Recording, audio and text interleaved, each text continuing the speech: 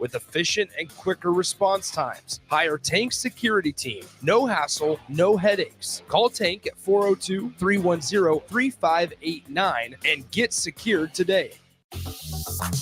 Highball Bar in downtown Lincoln is open and located just north of 11th and O Street. Highball Bar offers a vibe and atmosphere like no other, making it the perfect place to grab a drink or beverage. Highball Bar features great events such as Karaoke Sunday, $4 Cheetos on Mondays, Jack Daniel's specials on Wednesdays, and much more. Make Highball Bar your go-to spot after a hard day at work or on the weekend. Highball Bar, located at 122 North 11th Street in downtown Lincoln. Start your Sundays off right with Jeff and Nicole Essink on Fitness Fanatics. Jeff and Nicole discuss health and wellness, how to achieve fitness goals, and more through the life of gym owners and gym goers. It's Fitness Fanatics from 9 to 11 a.m. on Sundays on 93.7 The Ticket and theticketfm.com. The Mill Coffee and Tea, formerly with only 4 Lincoln locations. Guess what? What? There's 5 Lincoln locations now. Oh my gosh. That's 25% more Lincoln locations than there used to be. Can you even imagine a world where there's only 4 Lincoln Mill locations? Feels like ages ago. We were all so young then. The Mill on 11th, located right alongside 93.7 The Ticket Studios, 1040 O Street. Sandhills Global is hiring. With their fast-paced, growing culture, they have hundreds of new openings in sales, marketing, traveling support, software development, web design, and more. Full-time roles offer a 4.5-day work week, along with flexible internships in most areas. Career and internship opportunities are available at our global headquarters in Lincoln, Nebraska. Find your fit today at www.sandhills.jobs.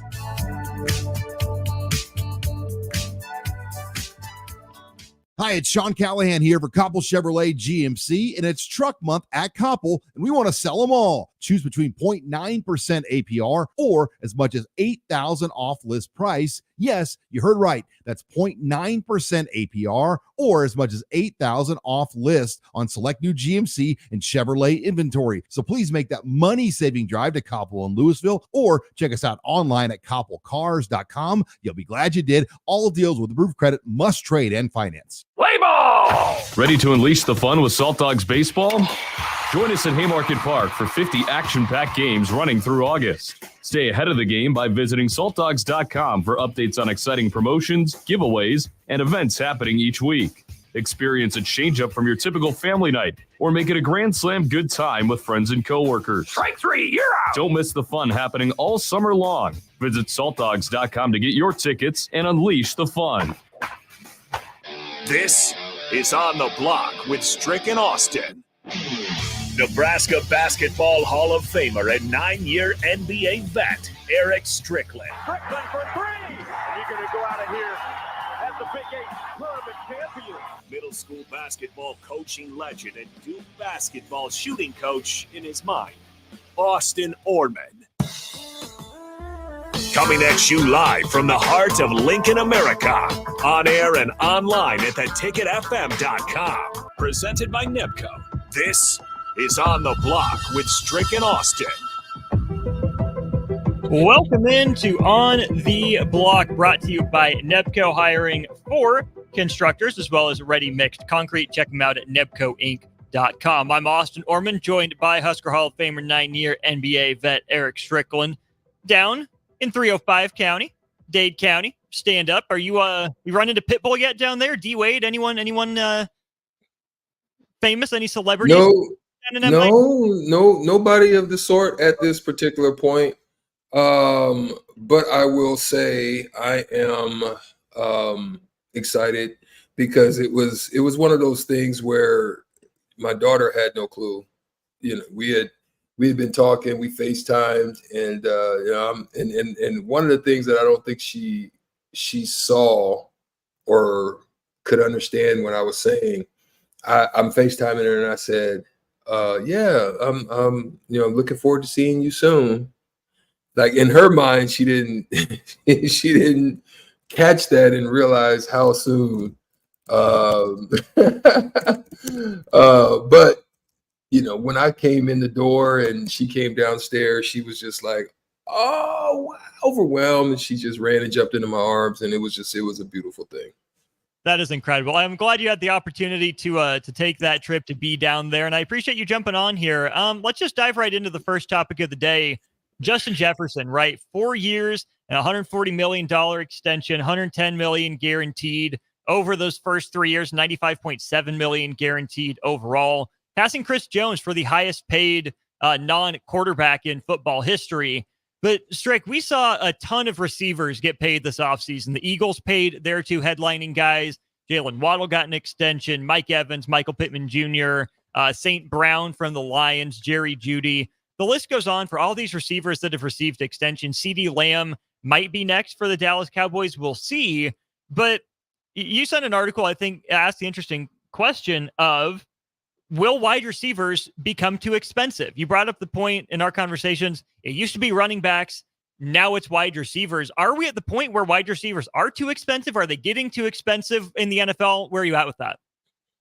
So I think there's 2 pieces to it. Obviously, one thing to consider when you are assessing this is usually they look at it from two perspectives. One being, it is a premium nature of the position and its impact on the game. That's one. And then 2 being the supply of talent to fill that demand. So when you look at the highest paid receivers, there's only one way to say if that fits into that category or not. And a lot of it to me is due to a few things, a few components. 1, the changes of the rules. 2, just the ability for wide receivers to run buck wild and not really have to face the music of running over the middle and seeing a Ronnie Lott type bearing down on you and feeling that like they're like the kings and queens and they like Kim Jong-un or whatever riding in this parade, and they don't have to worry about it. They just up there like, hey, everybody. That's kind of what the wide receivers are today. And when I ask this question of you, I want to see what you think. 1, Brown is number 2. AJ Brown for the Eagles. He's number 2, $32 million, right? Tyreek Hill is 4. Amon St. Brown is 3 at $30 million. Jalen Waddle is at $28 million. So you have 2 receivers in the top 5 for the Dolphins. Is that working for you? You see what I'm saying? Now, the only reason you can really do that is because you're not paying the top guy, which is usually the quarterback, who is usually the one that's going to have the most effect on your game or not. And then the norm is working off of offensive tackle, quarterback, defensive back, and some form of a tackle or something like that, right? There's like 4 of them. I think those are the 4 I said. So when you look at those, some form of an interior lineman, but usually the left tackle to protect the rear side of the quarterback. We've deviated from that in some instances. And at this point, it's shifted to the wide receiver position. But why? Is it because it's the sexiest? And tell me, as you go down that list, number 6 is Devontae Adams at 28, Cooper Kupp for the Rams. Then the Eagles have 2 in the top 10 because Devontae Smith is there at 25. And then the Texans has Collins. Tell me on that list, which one of those outside of Jefferson is really super impactful for what the game is looking like. It's 1, his catch ratio, 6.53 catches a game, 98 yards. Those are impactful numbers when you talk. But is it sustainable? You see what I'm saying? Which offensive impact outside of the quarterback at that pay rate is getting the most value? And can you tell me anybody on that list that is doing such? To me, it's Tyreek Hill, right? Game-changing speed, but not just a burner, right? Because we know there are other guys who are plenty fast in the NFL that don't make the same impact Tyreek Hill does. Not only is he the fastest guy, he's got the best hands of any fast guy, maybe some of the best route running of any speed-based receiver. Not the biggest height-wise, not the bulkiest guy either, but Tyreek Hill's a game changer. He's an absolute game-wrecking force, right? What he does with his vertical ability, gives Jalen Waddle the ability to make some hay after the catch. That's really where Jalen Waddle's been good in his career. A.J. Brown, I think, has the potential to, but he took a step back last year in terms of his production and even, I think, his attitude. St. Brown, he's still got to prove it to me. Devontae Adams, maybe, potentially. He's a true number one guy. He's a Hall of Famer. Does he break the game? Does he change the game? I think he's, again, for being really good, for being elite, I don't know if he's quite on Jefferson's level right now. Cooper Kupp is a unique case, right? He's kind of the route runner, the technician. I really like Cooper Kupp in all the ways that the Rams use him, but I don't know if you game plan for Cooper Kupp the same way you do a Justin Jefferson or a Tyreek Hill necessarily. Devontae Smith, no, I don't think he's that. Nico Collins, we'll see. And DK Metcalf, I think, has the potential to be, but that's been an up and down quarterback situation for him out in Seattle, up and down play calling situation. He's got the size, he's got the build, and the production's been pretty good despite, some questions at the quarterback position. But of those top 10, Strick, the only two like true 100% of the time field tilting game changers, as I see it, are Justin Jefferson and Tyreek Hill. See, there you go. And you said something as to why it's a scary proposition to put it out there at the wide receiver position, because it's based on quarterback. Mm-hmm.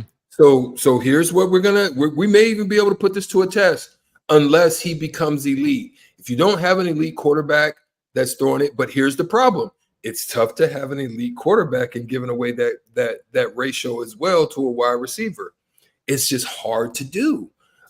This is why you don't see the Kansas City Chiefs with a Tyreek Hill type, because it's just, you can't do it.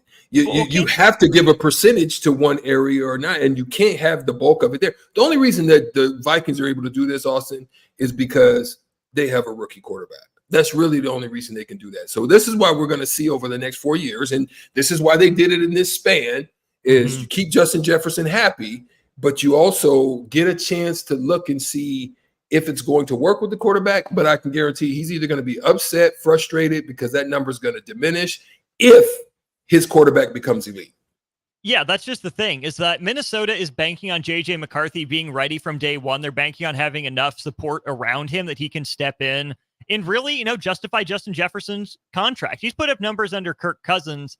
J.J. McCarthy's not Kirk Cousins quite yet, right? I think the Bengals are running into a similar situation with Jamar Chase and T. Higgins. They paid Burrow, they paid Chase. Higgins is next. Well, what's left? You look at, another example in mind, but like Kansas City, right? Let's go back to that. Patrick Mahomes became the first quarterback to win a Super Bowl making over 15% of the cap. That's a big number. That's a big chunk. Right now, Justin Jefferson is making 13.7% of the cap, which Bill Barnwell of ESPN said yesterday or 2 days ago that's in line with like 2011 Larry Fitzgerald, kind of the peak of his powers. And then 2012 Calvin Johnson, right, who had Matthew Stafford throwing to him. Those are some good dudes, right? Justin Jefferson is definitely in that conversation. I mean, what he's done in his first handful of years across the league is basically unprecedented. He's doing some historic stuff, but is J.J. McCarthy the right guy when the bill comes due? I mean, at the end of this extension, it'll be J.J. McCarthy's fourth year. Well, guess what? You get the fifth-year option for a quarterback. So we'll see if the Vikings, are still, I don't say stuck with, but still depending on J.J. McCarthy, or if, hey, J.J.'s going to get expensive. They find another receiver cheap in the draft. Maybe Jordan Addison takes a step forward. If Minnesota's not successful with J.J. McCarthy, do they keep Justin Jefferson around for the next guy, or do they trade Justin Jefferson to free up some cap space and really blow it all up in tank? I'm really curious to see how these next really 3 years go for the Vikings and Kevin O'Connell and J.J. McCarthy and Justin Jefferson, because right now Minnesota, I think, is a pretty comfortable third in the NFC North. It's the Lions and the Packers ahead of them, and the Bears loaded up a little bit this year, but until they actually prove they can win, I'm not putting them ahead of the Vikings. So there's a lot of questions for that organization right now. Yeah, I mean, there's a lot of work that they're going to have to do. There's a lot of things that are still that are still incomplete. Again, this is a test. These are test cases for me. what you've had, and what usually happens, and it's not all the time, but what usually happens is wide receiver has great impact, and a lot of the times it happens to be right around the time that they're up and due for a contract. Great season, great run. Justin Jefferson has a great 4-year run, though. Let's just be honest about it. And like you said, it was a great quarterback combination. If you're able to make that combination, and we saw that down there with the Rams with Kupp as well when they made their run. If you're a big piece or catalyst for a run, they're usually going to take care of you, right? But then guess what happens? The next few years, hurt, not really super impact. Sometimes he's in, and now you've got a heavy salary guy without much production behind it. Great run under rookie contract out of the Eagles and Jalen Hurts, and this is where you see Devontae Smith, and you saw obviously Brown touch their paper. You know what I mean? After the trade, so forth and so on, but then significant drop off. Now you've got Jalen getting his money too. So now you've got a huge bag on the offensive side. But what they did, drafted well, a lot of their young players and your young pieces of what's able to help them sustain is on the defensive side. And so therefore they don't have this problem for maybe another few years.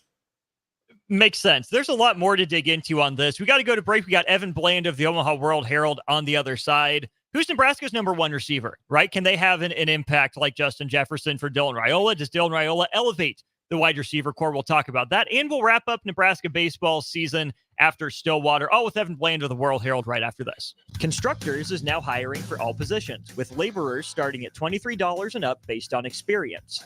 Constructors has immediate job openings for laborers, mechanics, bridge builders, operators, and drivers. Start your new career today. Constructors offers great pay, health, dental, and vision insurance, paid time off, paid holidays, and so much more.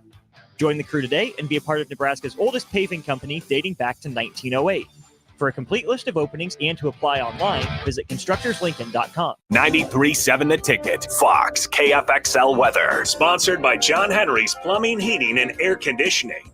Your Lincoln forecast for today, we'll see mainly sunny skies. It'll be breezy and hot. An afternoon high around 89. Tonight, a stray shower or storm possible. Otherwise, clear skies. No that low around 57. And tomorrow, sunny skies. An afternoon high around 82. I'm meteorologist Kyle Tucker for 93.7 The Ticket and theticketfm.com.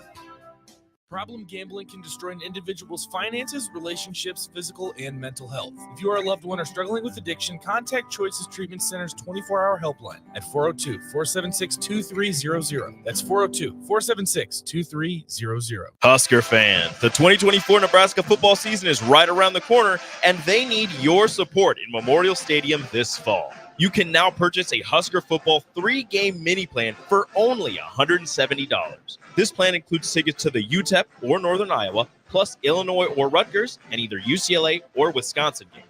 Tickets are only available while supplies last. To purchase your Husker football 3-game mini plan today, or for more information, visit huskers.com/tickets. Go Big Red. Dell and Ed present A Kernel of Truth. That's Ed's new drone. Why do a couple of Nebraska corn farmers need a drone? 2 words: multi-spectral imaging. Drones help us farm more efficiently and protect planet Earth. Yep, Ed's a pretty good pilot. When he doesn't hit the broadside of a barn, that is. Nebraska corn. It's the plant that can change the planet. Visit nebraskacorn.gov to learn more. Hey there, fellas. It's your girl Jordan with Sartor Heyman Jewelry. Let's talk about versatility today. Unlike flowers that wither and die or chocolates that disappear in a heartbeat, jewelry is the solid move here, guys. Yes, she will cherish it, but more important than anything, she will brag about it and brag about you. And that's what it's all about. Until next time, this is Jordan at Sartor Heyman Jewelry. Happy shopping, guys. Tune in every Wednesday night from 9 to 10 p.m. for the Malone Radio Show on 93.7 The Ticket and theticketfm.com. Don't miss the opportunity to learn about the Malone Community Center's goal to eliminate multi-generational poverty in Lincoln and the surrounding area. It's the Malone Radio Show with Executive Director John Goodwin and Sports Director Mike Hunter every Wednesday night from 9 to 10 p.m. on 93.7 The Ticket and theticketfm.com. Sandhills Global is hiring. With their fast-paced, growing culture, they have hundreds of new openings in sales, marketing, traveling support, software development, web design, and more. Full-time roles offer a 4.5-day work week, along with flexible internships in most areas. Career and internship opportunities are available at our global headquarters in Lincoln, Nebraska. Find your fit today at www.sandhills.jobs.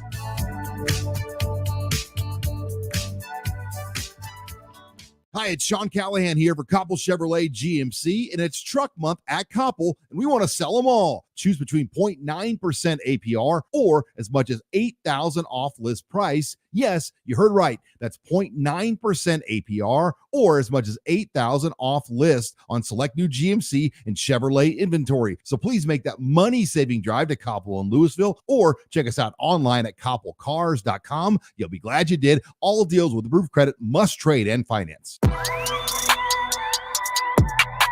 Now back to On the Block with Strick and Austin on 93.7 The Ticket and theticketfm.com.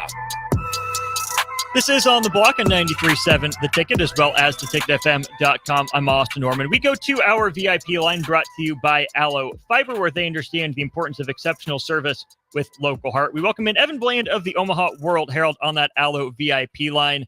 Evan, how was your trip to Stillwater? It was great. The weather was, good for the most part. The restaurant choices turned out positively, and it was a reminder for me of a certain age that Big 12 country is still a pretty fun place to go. So all in all, no complaints. What were your restaurant selections like? Hit some of the spots the locals would tell you to hit. Eskimo Joe's is probably the most well-known. Tried the cheese fries. I thought they were just okay, to be honest with you. Had some local barbecue, some local pizza. Probably didn't have enough time to exercise enough down there for all the food intake, but no, it was a lot of fun, and just tried to keep it local. You can't, I suppose, do that for every meal, but any chance you can, try some of the in-town fare, I guess when I consider it a win. Did you get just the cheese fries or the bacon cheese fries? It was the bacon cheese fries. And they were okay. I mean, and maybe it was because it was later in the trip and, you can only have so much barbecue before you're like, okay, I probably need to switch things up a little bit. But I just, I had to try it once because everyone said you got to try it. But I don't know that I would, seek that out the next time out. Fair enough. It was like the sweet peppery bacon. The sweet kind of threw me, right? If it was all salt like I was expecting, it would have been one thing. But for me, it was a little sweet, like candied almost element that kind of threw my palate off. Did you like it? I mean, is it just me or did you love it or what? I definitely didn't love it. I mean, they were good. I preferred the saltier bites. It's one of those things, though, I think that you don't get for the food or the fare itself. You get it because it's the experience. Yeah, I mean, it's a cool atmosphere. It was a fun place to be. There were fans there. It's probably a shareable, right? Like, yeah. I don't know that you want like the whole plate of the bacon cheese fries by yourself. So if you're there with like friends and maybe you're coming from a game or whatever, I could see how that'd be better. Nick and I crushed a plate together, so we did share it, and we sat by some Husker fans at the bar. When you look at O'Brate Stadium, were you, did the amount of Husker fans fit into your expectations? Was it more than you thought would make the trip? Fewer? How do you think Husker Nation traveled down to Stillwater? Yeah, I thought they did a decent job. I don't know that they took over the place, but I thought in the games that Nebraska played, they had an impact, and it was one of those years where they never got the chance to play sort of the main event, right? They were the undercard all weekend playing the early game. They never got a chance to play Oklahoma State as the host, so you don't really know maybe what that's like. But I thought it was good. You saw a lot of red in those orange seats throughout, and they knew when to clap and knew when to cheer. And, it kind of, I got the sense during that rain delay on Sunday, actually a lot of them had to head back. I ran into a few that said, hey, we have to work on Monday morning, and we got like a 6 or 7 hour drive ahead. So not everybody I know got to see the finale against Florida, but that's a commitment, right? To take that kind of a drive down for the weekend. You don't know how long you're going to be there and all the rest. So I think all things considered, they showed out pretty strong. Nebraska did play Florida twice. As you watch those two games between the Huskers and Gators, where did Nebraska match up okay, and what maybe were the biggest differences between those two schools last weekend? Well, I think it was just the depth of Florida. That was probably the biggest difference. Like, you could kind of look at the numbers and see that Florida was an all or nothing team, but like up and down that lineup, they had guys that could put a charge into the ball. I mean, they could hammer mistakes left and right. The pitching was kind of the same thing, where their numbers certainly didn't dazzle, but everybody, it seemed like, was a former top 100 prospect that could throw in the low to mid 90s, and was just, it was very plausible that any one of those guys could have a good game at any given point. And we saw that in the opener with the freshmen that they threw out, and then an older player that they had who did a pretty good job on Sunday. So like, they just, there are a lot of ways they can beat you. I think that's probably where I would start. They looked the part, right? They were taller and athletic looking, and just had all the measurables, like just from a, how statistically based baseball has gone, like from an exit velocity standpoint to miles per hour on their fastball, all that. Like, Florida clearly had a lot going for it there, and I think it was just a notable uptick in competition for Nebraska, right? This was not a Big Ten team. This was not a mid-major non-conference opponent. And credit Nebraska for hanging in. I thought they did a good job minimizing damage for the most part, and even late on Sunday coming back and being competitive even when things got out of hand. But at some point, talent is going to overwhelm, and it did from Florida. And I think it's worth noting that Florida went on and kind of did the same thing to Oklahoma State, which is a really good program too. And now the Gators, who are no strangers to Omaha and the College World Series, are just a couple of games away from going back. That's the next thing I was going to ask you about too, is that Oklahoma State has now gone 3 straight years with hosting a regional and not making it out. I think going into the tournament, a lot of the national perception was that Nebraska was probably the third horse in that race, right? Even though they're Big Ten champs and Florida was down. I think that SEC kind of pedigree and that depth of talent that you're talking about, and maybe had Florida as the second choice. They got shut down by Holiday in the second game on Sunday. And then they come out like gangbusters on Monday, end up winning the regional. How do you think Nebraska, competed overall? Should Nebraska have been able to take a game off of Florida? Do you think that the regional went as, people thought it would have gone? How do you view Nebraska's performance, specifically in that regional? Well, the Niagara game, they took care of business, and that was maybe a little bit closer. I think Niagara's offense maybe opened some eyes about just the threat that they were, but Nebraska took care of business. And then, it was different in both games. I think the first game against Florida, they left some runs on the table, and Brett Sears got out of trouble time and again, and so you lose a 5-2 game. And then it was kind of the opposite on Sunday, where they were actually slugging, and a lot of those were not garbage time runs either. I mean, they had the 2-0 lead and the 4-2 lead, and we're hitting the ball pretty well. They were within a run into the late innings there. So, I thought they performed pretty well. Obviously, you're disappointed. You wish you could go a little further. It kind of felt like maybe Nebraska did reach its ceiling for what it was this year. I mean, it has been a limited offensive team in a lot of ways, just not a ton of power. And the pitching, while deeper than it's been, once you get past Sears and McConaughey, you just never really knew what you were going to get. And they saw that bear out with Jackson Brockett, who just didn't have his best stuff on Sunday, and Florida jumped on him early. So, I thought they did fine. Not great, not terrible. And it's just when you are going up against that level of talent on the other side, there's just not a lot of margin for error. So I think Nebraska would say, and they pretty much did say, that this wasn't their best weekend, certainly, really in any facet of the game. But, they hung in there as well. And I think you can look around the country and see teams like Kansas State winning a regional or Evansville or other places and be reminded that even though it's been a long time for Nebraska, all it takes is the right matchup and getting hot on one weekend to do it. And I thought maybe with a different matchup or just a little bit better consistency on the weekend, Nebraska could have made that run. But I think it just wasn't in the cards given the teams that they were facing and just sort of some of the matchups that went into it. And to be fair to Nebraska as well, not a single 2-seed made it out to the second weekend into the super regional round, right? There are a lot of SEC teams that were 2s put in ACC 1-seed regions.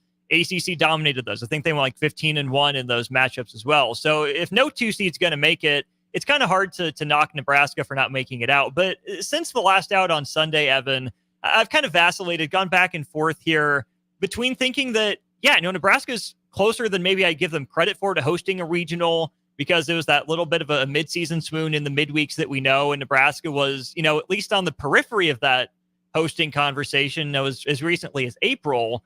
But then you go down to Stillwater, you go down to O'Brate, and you see the depth of talent that Florida has. You see that when Oklahoma State's clicking, that's a monster of a team and a monster of a program that hasn't played its best baseball its last weekend of the year for the last few years.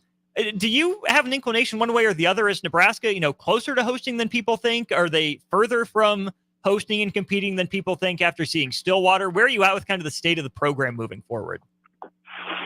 Yeah, it's a really interesting spot because, and you laid it out pretty well, like you can kind of see what you want to see. Like if you want to see progress for a third straight year, this was progress. If you want to see where areas where Nebraska falls short, you can sure do that by looking at some of the teams that they came up against.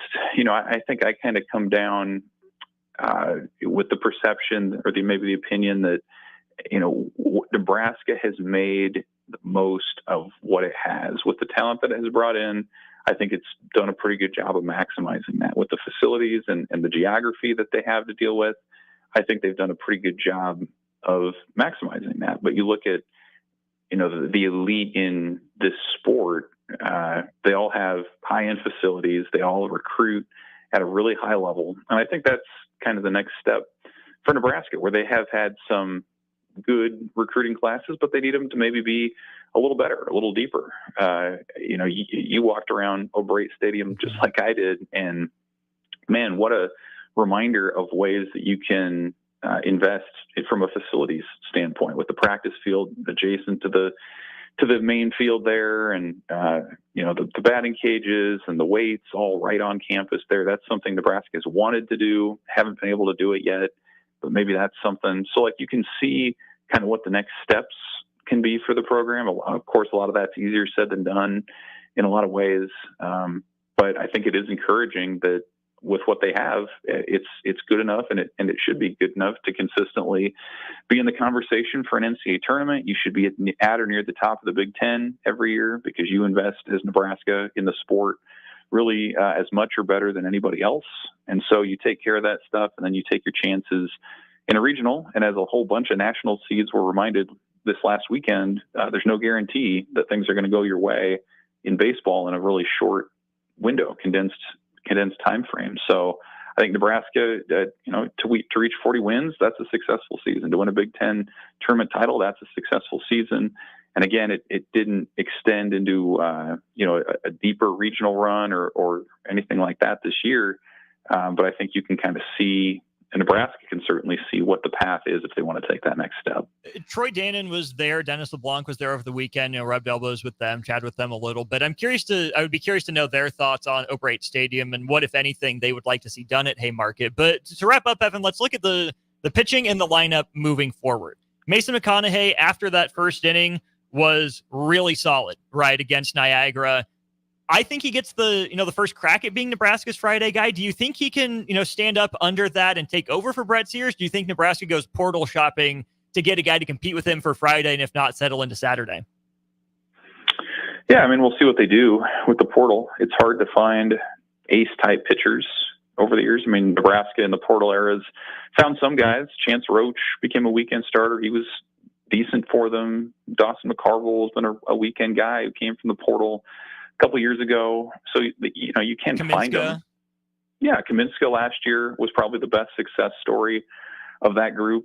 So, you never know. I mean, you don't even always know who's going in the portal at this point in the year, but you would think that that would be something that they would look for, of course. And McConaughey, yeah, I think he right now has earned a crack at being that guy. He's been very consistent since he arrived in the rotation mid-season. Former JUCO guy who has some experience too. And then, I think personally, like, you rebuild the pitching staff or you build out your rotation through development as much as anything. I mean, you look at some of the under the hood numbers that Nebraska pitching did under Rob Childress in his first year back in an on-field role, and it's really impressive. Limiting walks and increasing strikeouts and things like that. Like, collectively, Nebraska did a really good job with that. So what does another year look like with some of these freshmen? What kind of a jump can a Ty Horn make, or some of the other maybe lesser used pitchers, Caleb Clark, what does he look like with another off season of development? So I think that's probably a good part of the path. Like, remember, Brett Sears was a mid-leverage reliever for Nebraska a year ago before he broke out. So you never really know sometimes where these guys will come from. But I would say, yeah, McConaughey, I would think that they'd be in the market for a transfer if that opportunity arises, and then you just lean on development and what the program's done to bolster that pitching and fill it out from there. Do you think Tucker Timmerman and Jalen Worthley get stretched out and get cracks at being starters, or do you think those are high-leverage bullpen arms moving forward? Well, Timmerman, we'll see. I mean, we didn't see him a lot down the stretch, and I don't know if maybe an injury played into that, or they just wanted to back off of him a little bit. Worthley, to me, will be an interesting case because I think his strength and where he really helped the team the most was as a short-term reliever. Like, if you needed to cover the 8th and or the 9th, like, that was their guy that they went to. And this year, at least, they had, I think, more options in terms of long relief. Like, you could turn to Drew Christo for 3 or 4. You could turn to Caleb Clark for 3 or 4, Brockett or a number of other guys. I didn't feel like they had quite as many guys that you could say, here's the 9th inning, this is yours, and the bullpen's going to be quiet because we know that you can finish it. So maybe that changes in the offseason next year. Maybe they feel like they do have more back end kind of single inning guys, in which case you could stretch out Worthley. But I think just as it's currently constructed, if it were me, I would keep him back there just because he's been the guy more than pretty much anybody else that you can trust to finish games, in that 8th or 9th inning. And then on the lineup side of things here, you asked in the post-game press conference after the second game against Florida about Gabe Swanson, what a weekend and a couple weeks like he had would do for his pro prospects. Let's operate under the assumption that he's coming back for one more year. What if I give you the top 5 in Nebraska's order of Overbeek, Stokes, Sanderson, Swanson, and Stone? Is that an improvement on this year's top 5s? Is that a group that you think scores more runs than this year? Is that a good enough foundation for the Nebraska offense that, as we saw, was statistically the worst in that Stillwater Regional this last weekend? Yeah, I don't know if it's an improvement because you don't have Josh Caron, and assuming he goes pro, and I think that's a pretty strong likelihood at this point. But it's a heck of a good start, and I think relative to what Nebraska's had to do the last few years, in terms of just the roster turnover and lineup turnover, having that kind of a core is different. That's a different sort of situation for Nebraska, where they don't have to maybe plug in a bunch of junior college players right away, or lean on a freshman, or kind of wonder what you're getting out of the portal. Like, if you have that kind of a core at the top, that's a good place to start. It gives you already a sense of what your offense can do, what it still needs, and you can kind of build from there. So, I think back to the 21 regional and all the momentum Nebraska had pushing Arkansas to the limit, and then they followed it up the next year by not making the Big Ten tournament, and it just kind of fell flat. I think this is different because you do have a lot of the core contributors from this run that that should return or likely to return, assuming they don't go in the portal. And I think that's a great place to start. You're going to have to figure out some pitching for sure. But I think in terms of the lineup, you at least having a good sense of what that lineup can be already makes Nebraska a little bit more of a proven commodity when you start projecting kind of their range of outcomes next season. Evan, glad you made it back from Stillwater safe and sound. Thanks for taking time to chat over the weekend. And again today, have a good rest of your week. Hey, thanks to you, Austin. We'll see you. Evan joined us on our VIP line, brought to you by Allo Fiber, where they understand the importance of exceptional service with local heart. We'll go to break. Strick and a special guest to wrap up hour one of On the Block right after this. Tune in to the Teammates Mentoring Hour each Wednesday from 6 to 7 p.m. on 93.7 The Ticket. Hear stories from the program started by Tom and Nancy Osborne and how it's changed mentors and mentees' lives and how you can be involved. The Teammates Mentoring Hour, Wednesday nights from 6 to 7 o'clock on 93.7 The Ticket and theticketfm.com. Want to contribute to medical advancements and get paid for your time? Join a clinical trial at Velocity Clinical Research. Participants can receive compensation, access medicines in development, and get study-related care at no cost. No health insurance is needed to join. Find a study near you at velocitytrials.com. Help shape the future of medicine. Visit velocitytrials.com.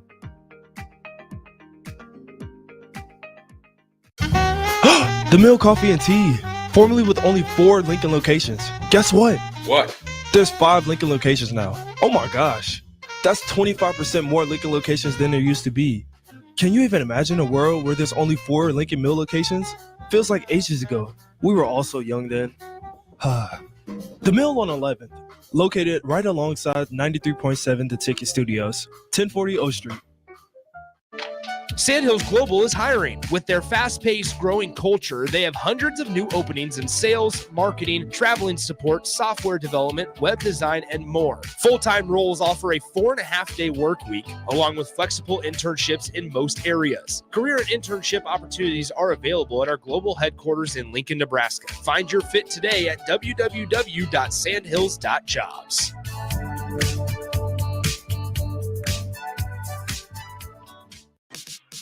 Take your internet service to new levels with Allo, your award-winning internet provider across our fiber hoods. Allo isn't just about the fastest internet available. It's about connecting you to your world, work, and play seamlessly. Our award-winning service ensures affordable, secure, and reliable connectivity, setting us apart. Ready to transform your internet experience? Experience the fiber difference today. Sign up now at allofiber.com.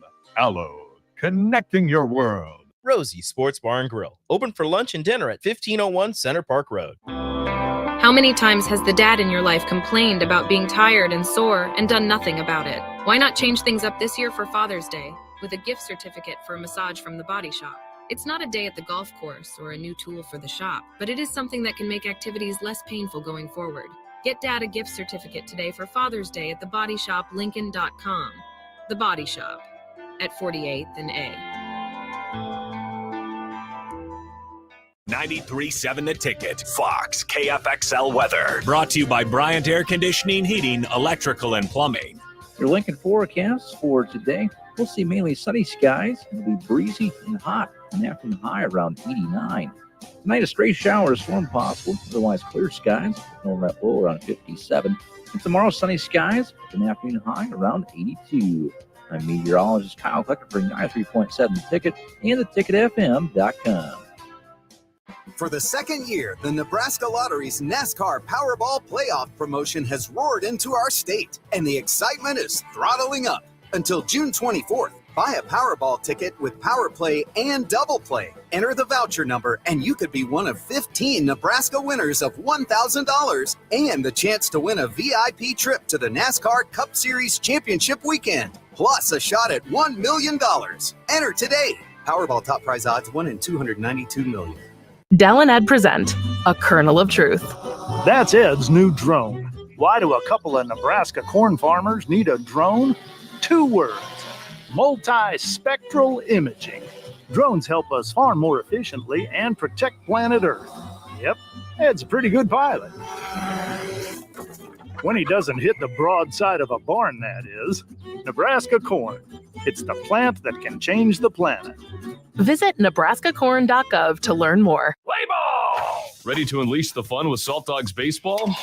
Join us at Haymarket Park for 50 action-packed games running through August. Stay ahead of the game by visiting saltdogs.com for updates on exciting promotions, giveaways, and events happening each week. Experience a change-up from your typical family night, or make it a Grand Slam good time with friends and coworkers. Strike three, you're out. Don't miss the fun happening all summer long. Visit saltdogs.com to get your tickets and unleash the fun. Now back to On the Block with Strick and Austin on 93.7 The Ticket and theticketfm.com. Welcome back to On the Block. E. Strick here in Austin, Oregon. It is a wonderful, wonderful day to be here, and we appreciate it. As always, your attentiveness, your being here, hanging with us, kicking it with us on the block, although Stricky is in Florida. This is the beautiful thing about technology. My partner is back home and on the board, but hey, there's a purpose, there's a reason, there's a purpose, and a person as to why I am here in Florida today, and her name is Ariana Strickland. I'm going to jump off of these earphones for a second. I'm going to let an introduction happen because she's the heart, she's the breath, she's the reason, and I'm so grateful to not only be a part of On the Block, but also to be here with her as well. That's awesome. We will we'll get Ariana on here. This is incredible, right? This is what technology is about. It's what we do it for, right? Family and I miss Stricky. I've been gone for a while here, being down in Stillwater, and now I'm here. Ariana, welcome to your dad's show. How's it feel? Hello. Wow, this is amazing. I can't believe it. Nice to see you. Nice to meet you. You as well. My name is Ariana, and I'm Erick Strickland's daughter, and I love him very much. We all do. You probably most of all, given that he is your dad. What's it like having dad in town? Well, it was amazing when he first came up. In my house, just in my living room. I couldn't comprehend it. I couldn't understand it. I was just like, I ran over there. I jumped into his arms, and then I started crying. It was just so amazing, an amazing reunion. That's incredible. Well, I heard you took your dad on a tour of your school. How'd that go? Is he impressed? Oh yeah, absolutely. My school is, fully magnet school. There's a lot of different classes, lots of strands. Me personally, I'm in the commercial arts strand for digital design. So he was able to look around there, see my teachers, see my friends. The community there is just amazing, and I'm really glad he was able to see it. He really liked it. Are you out of school? Almost out of school? Almost out of school. I got 1 day left, and then I'm free for 2 months. Oh, 2 months? That seems like a short summer break. Yeah. Well, I think, 3 months, I guess, because I think school starts, at the end of August. So yeah. Gotcha. Your dad also cued me in on you're a business owner. You're a young entrepreneur. What's going on with that? Yeah, well, I started, in April of last year, and I just got really into this thing called perler art, which is basically you have these little beads, you put them on a grid, like a pixel art sort of thing. You iron them, and then you get some cool designs. So I actually have some here. I make them into little keychains, right? So you can put them on your bag, you can put them on your lanyard. My people at school, I was able to advertise it around school and on my Instagram. Little plug, colorful radiance _ if you want to see. But yeah, and my biggest appeal that really made me want to pursue this is because there's a lot of people who have favorite characters from shows or games or whatever that maybe don't have products that they can buy or something that they can show their love for their character. So what I do, I take their character and I create a little keychain for them so that, they can just hang around as these little guys. So yeah. That's incredible. Colorful radiance _ on Insta? Yes. There you go. Check it out. Ariana Strickland, thank you so much for joining us. Good luck with the business. Enjoy your last day of school tomorrow. Enjoy summer vacation. And hey, two things. First of all, keep Dad in line while he's down there. Number two, send him back. We want him back at some point. Deal? Yes, deal. Thank you so much for having me. Thanks for jumping on. We'll bring back Big Strick when we get back to hour 2 of On the Block. This is Lincoln's home for sports talk on the FM dial. Also online at theticketfm.com. On the internet, KNTK FM first. Yeah, you'll be able to get that and you can use it. For the second year, the I'll Nebraska try to send you maybe the clip NASCAR Powerball playoff promotion has poured into our state, and the excitement is throttling up. All right, Until baby. June You're 24th. welcome. Buy a Powerball ticket more with hour. Power Play and Double Play. Enter the voucher number, and you could be one of 15 Nebraska winners of $1,000 and the chance to win a VIP trip to the NASCAR Cup Series Championship weekend, plus a shot at $1 million. Enter today. Powerball top prize odds 1 in 292 million.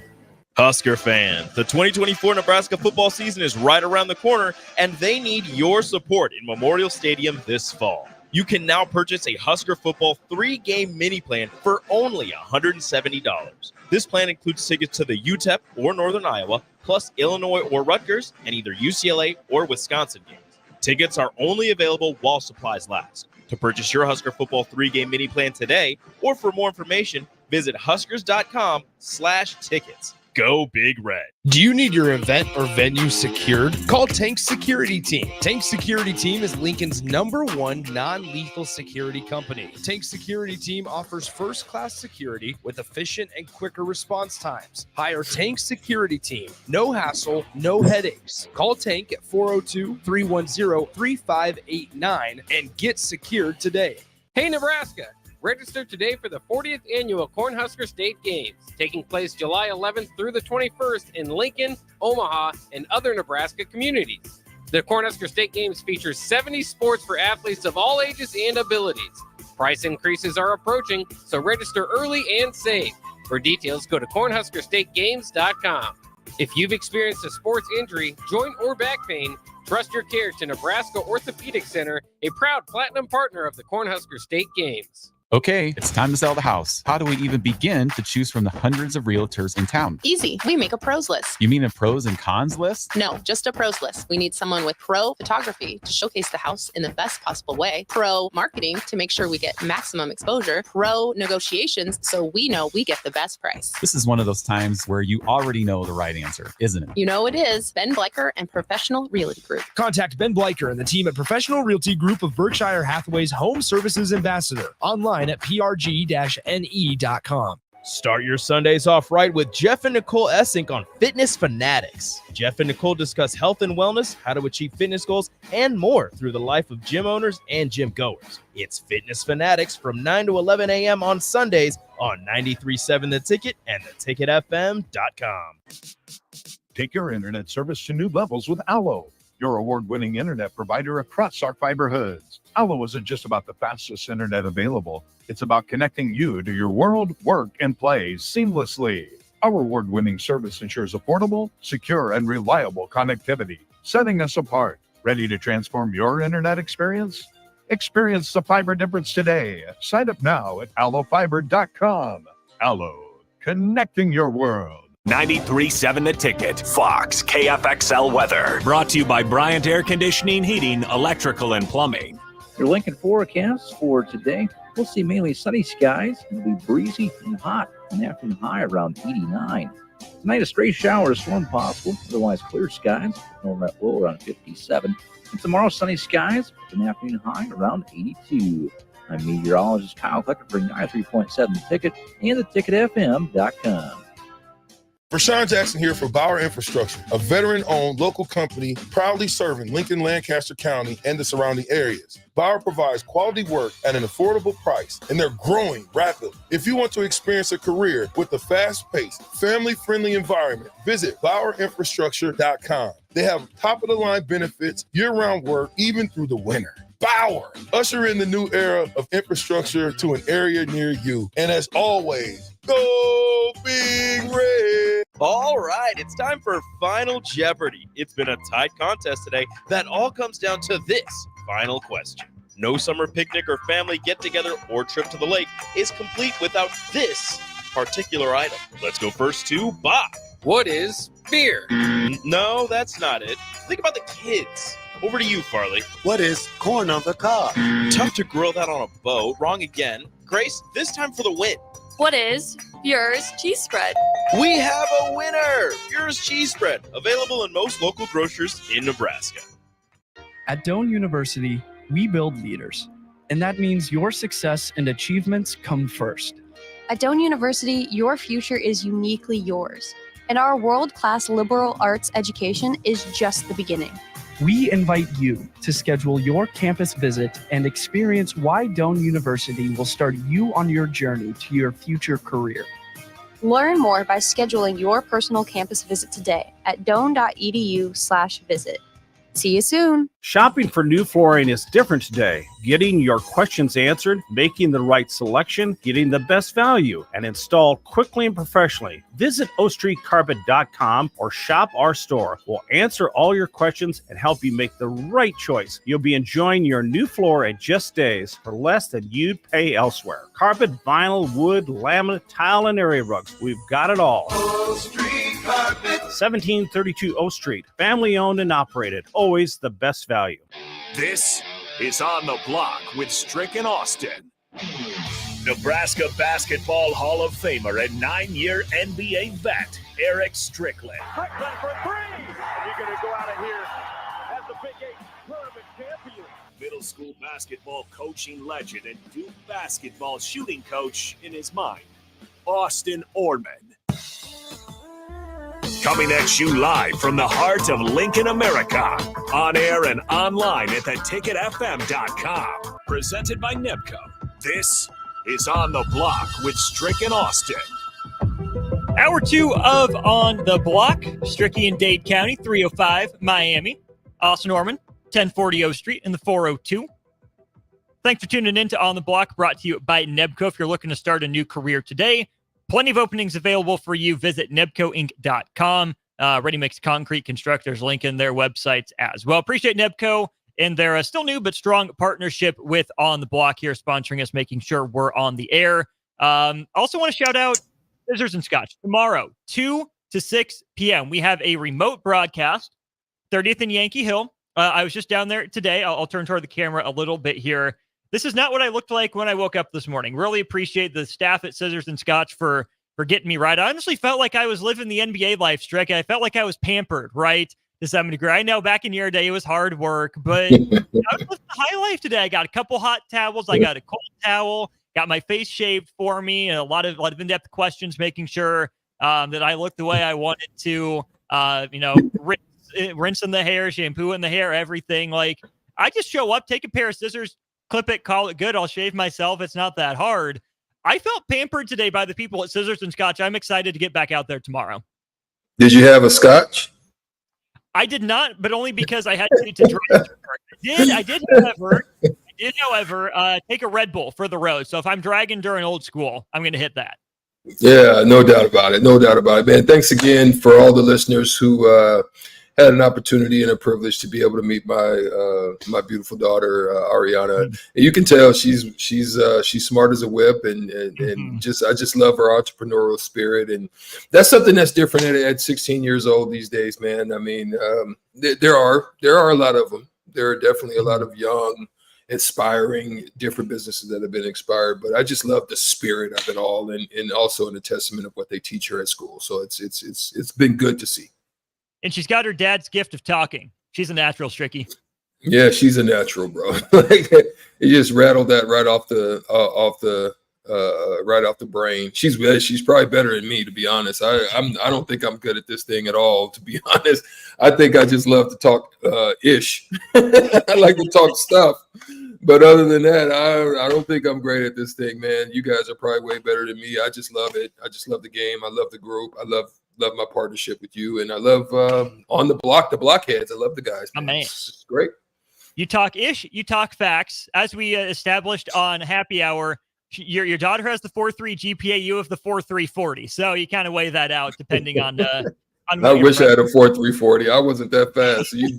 You definitely may not have seen me playing basketball if a 4.3. Fair enough. We are going to lead into the basketball mindset here, though, as we turn our attention to some off the court stuff right now. We know only two teams remaining, Mavericks and Celtics. We'll really get into that tomorrow when the finals tip off. We'll have a little segment after this. But Strick, it was reported yesterday, JJ Redick has become the front runner for the Lakers head coaching job. Blockheads, grade that higher if it happens. A+ through F-. What would you grade the hire of JJ Redick for the Lakers? Strick, it's an interesting sort of dynamic here, right? Because JJ Redick has no coaching experience. None at all. Coaches his kids' youth team, and that's about it, right? He's been an analyst for a little while. He's known for his podcast. He's really become a media personality. No one can deny that JJ Redick had to, work hard to make it in the league. He wasn't ever a superstar. He was a role player, more of a bit guy. But man, for the Los Angeles Lakers, one of the two most, if not the most storied franchise in terms of rings and history in the NBA. At this point in where this franchise is, to take a swing on JJ Redick, what a gamble if it comes to pass. It's a super hit or miss. I mean, I'm talking about super hit or miss, because if this misses, this sets your franchise back, I think, for a lot of years. And it's not even just the fact of the team dynamics, the players. They don't have many. I could understand you make a move like that if you are in an OKC situation where you have a lot of freaking weapons in your arsenal that you can dish out, right? You can trade, you can send players, you can send draft capital, you can probably do some money deals, 3-way trades, 4-way trades. There's all types of stuff. They've got all kinds of their whole array is available to them. The Lakers are not necessarily so. The Lakers, if they re-sign LeBron James, they're pretty much stuck with what they got working, right? They really can't draft. You're not going to find anything in the draft. You might be able to get some small pieces, but for the most part, you're stuck. If I, over the years, have had an opportunity to see and understand LeBron James a little more, I think he bounces. I think here's what I say. I don't think it's in the West Coast if he bounces. If he bounces, because LeBron is chasing greatness. He's chasing the Michael Jordan name. He's chasing history, right? He's short in a couple of areas. There's nothing LeBron can do. The scoring, he saw that didn't work for him. The pundits are not giving him the credit, because that's a longevity test, right? Kareem Abdul-Jabbar not only was successful, if that's the case, Kareem Abdul-Jabbar is the GOAT. More rings, well, not necessarily more. Yeah, more rings. I think he has maybe one more, or they're tied. Had something that was unstoppable in that hook. He hits all the boxes. He's a winner from high school, college, and the pros, all NBA selection. I mean, you run the gamut, then call Kareem if it's a longevity test, call Kareem the GOAT. You know what I'm saying? It's not a longevity test. It's I think it encompasses a lot of things. So LeBron, with his longevity and the success that he's had over the course of time, yes, give him, he deserves that record. But a lot of people are not falling into that trap. And so right now he's chasing history. If he doesn't go back to the Lakers, where does he go west? I got a thought potentially, but if he's chasing history, I've got a place that I think he would go to, and the reason why. What you say? If he stays in the West, there are a couple options that I don't love necessarily. I feel like Golden State would take a swing at him. I feel like San Antonio would be interesting. Pair him with Wemby for off the court mentorship, sort of face the league sort of stuff. Am I talking myself into LeBron James in Philly? See, that's why you my guy. That's why you my guy. you and I we've been here now for a little while. So that's what I'm thinking. I'm thinking he shout out 402-464-5685. What's your thoughts, blockheads? Where do you think LeBron would go if he decides to vacate the West? I don't think he has a shot West. I don't think, and I don't think he goes to San Antonio for that reason. I don't think he goes to Golden State. It's a dying legacy in the West as well. So he has no chance in the Lakers. I think he shoots East. Philly, I think, is the place. If he wants to try to win a championship, I think Philly becomes the place for him because of matching up with a young Tyrese Maxey, a super dominant veteran center in the East, where there's really none of that over on the East side. You got that problem on the West side. Mm-hmm. You go over there, run the gamut. There's not many people that can do what he does out there on the East side, or challenge what LeBron does, and go out there and run it for another couple years and see what you can do. Let's talk through that Philly fit for a second, right? You mentioned Maxey, you mentioned Embiid at center. Do you play LeBron at the 3? Is he a true wing, or you play him more as a 4 kind of power forward? Because if he's at the 4, he's got to deal with a lot of Giannis, right, in those matchups. I think that's the competition. Maybe some Julius Randle. Ooh, you say 3, though. Talk me through it. Yeah, I think you try to run him at the 3. He's going to have to guard, but you can mask him or you can hide him at the 3. So for example, there's not many places you can hide him if you're playing someone like Boston. But there are teams out there that you can hide him at the 3. Like you said, the 4 position out in the East is a tough one. That's a tough one to deal with. I mean, I think Banchero, you've got Banchero, obviously, like you said, Giannis, Randall, if he's healthy. Randall, yeah, you got maybe Julius Randle out there as well. But he can handle a Kuzma if he's faced with that, or he can be hidden and he can guard their 2, 3, or 4, and whichever's the least one of that situation. Outside of Boston, anybody up in the East and West, he can pretty much hide out from. Would LeBron run point from the 3, or do you keep the ball in Maxey's hands and have LeBron play off the ball a lot? You would have to have an understanding. I mean, but the thing is, Maxey can play off the ball. So if you're smart, you do it sporadically, but you do not by any means turn that team over to LeBron James and just allow him to be super ball dominant LeBron James. Otherwise, it's not going to work. That team still has to go through Embiid, use LeBron in stretches to maybe push leads, get back into games, so forth and so on, so he doesn't wear himself out, and then let Tyrese Maxey run buck wild.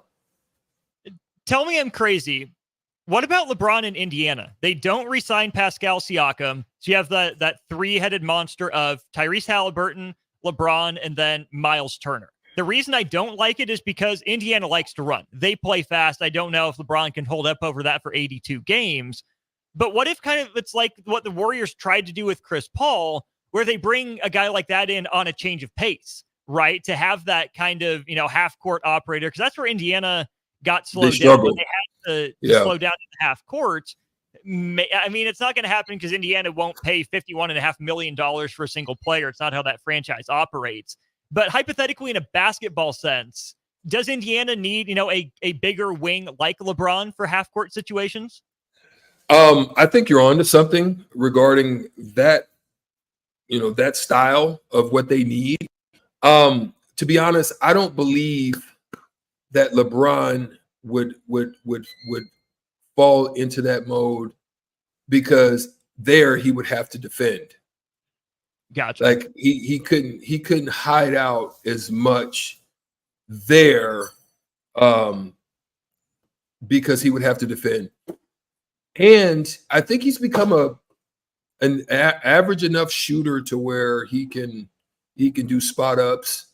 But the problem is he's not. I don't know if his ego is going to allow him to not have control of the ball. as much. And I think that's where he probably falls in line with some of the old school players, some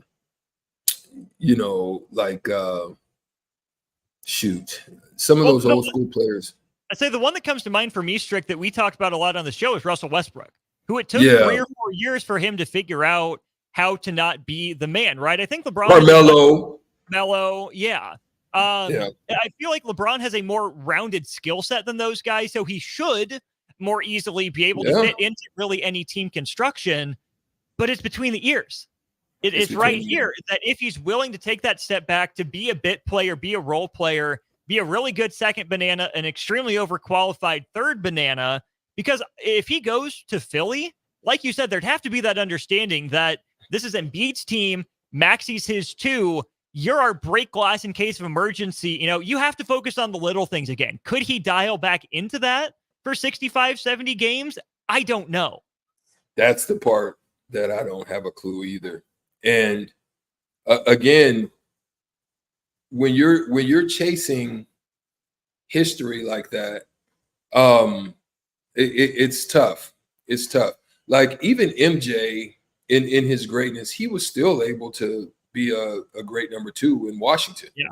Mm-hmm. You know what I mean? He understood it. I mean, he still was good at what he did, and he still was able to have those type of games. That's what I'm saying. If LeBron was able to do it like that, have those every now and then mid-30s games with triple doubles, so forth and so on. Every now and then. You don't have to do that every night. The problem is he doesn't think that would enhance his history as opposed to being in the limelight, so forth and so on. But I think it's hurt him more than it's helped. It hurts more guys than it helps, right? It's so easy to kind of rail against Father Time and try to push it off as long as you can. And LeBron's done it better than most, to be fair, but it comes for everyone, right? So it's very rare to see a player of LeBron's caliber, first of all, then a player of his caliber at the top of the sport for so long take that back seat. On the text line here, Strick, from Byron the Hog Farmer, he says, I want LeBron in Cleveland again. Yes, no, maybe so?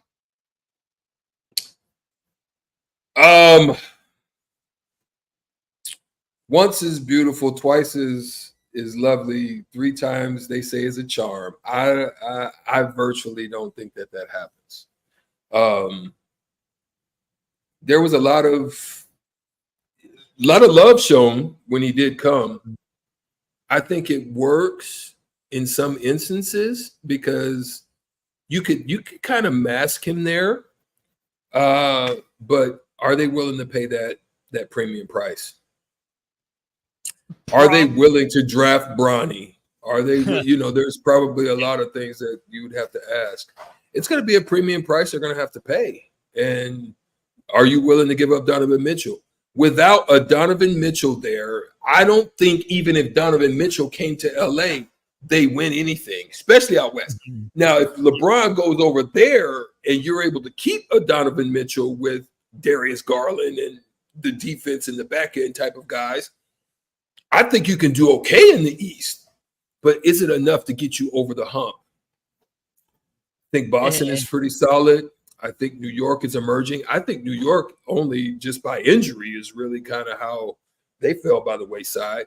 But I think you put yourself in the top 3 for sure if you add that dynamic over there. Yeah, you're in that conversation with Milwaukee and Philly then, who both have their own issues. Let me ask you this on Cleveland.